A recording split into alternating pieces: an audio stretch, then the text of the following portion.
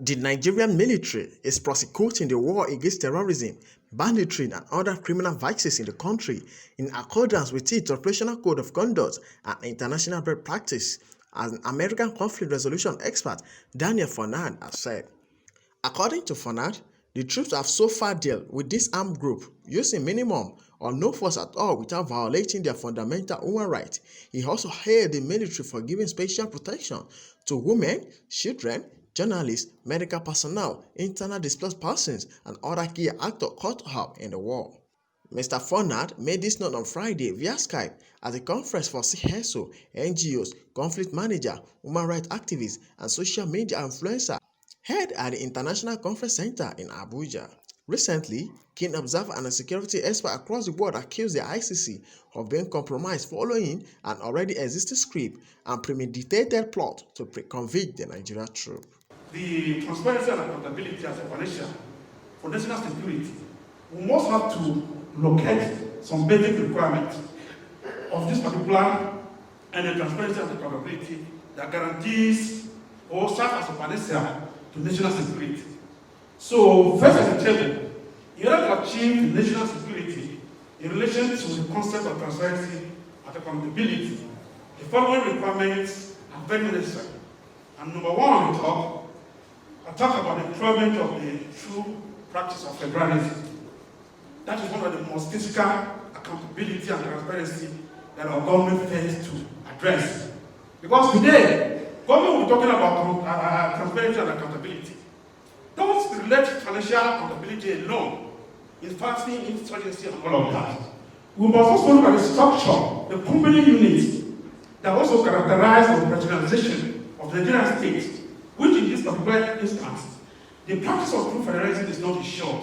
Rather, powers are concentrated on the top. Rather, decisions are taken at the villa, and the company layers of administration are clearly just within nothing to do. Just like the other scholars said, Professor Noja, this has to do with the issue of constitutional amendment and constitutional issues. Because the 1999 Constitution does not even guarantee that state government, local government should have their own separate security architecture. And that explains the reason why today, all the military formation, security architecture is centralized in Abuja. If something happened, for instance, in any of the remote villages in this country, you will discover that sometimes police officer or DPO is even far away from your ward.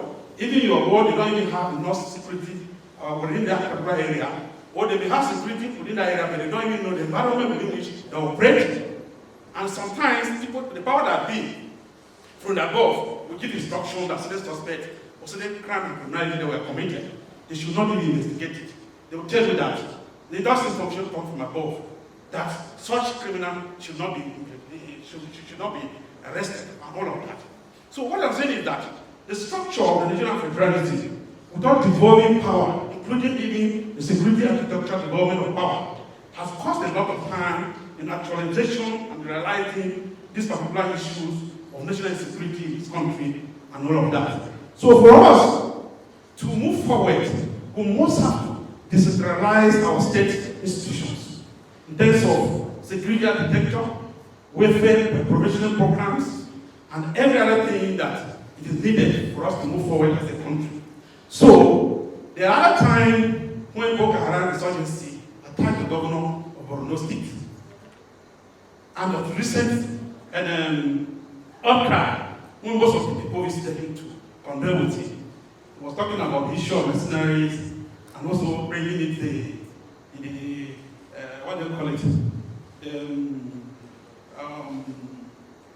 Civil, what do you call the names? Civilian JTI to be recruited into the Nigerian police and civil defense because they need the terrain to fight insurgency and all of that. I think he was economical with words and also afraid to speak the truth. The truth is very simple. The structure of the Nigerian foreign regime is too imbalanced, and as such, we need state policing.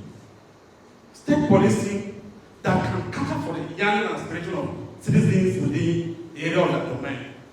It is only when state policies are created to take care of certain minor and major crime that we can have adequate security provided at the grassroots level. The American journalist though called for improved cooperation and intelligence sharing with other nations.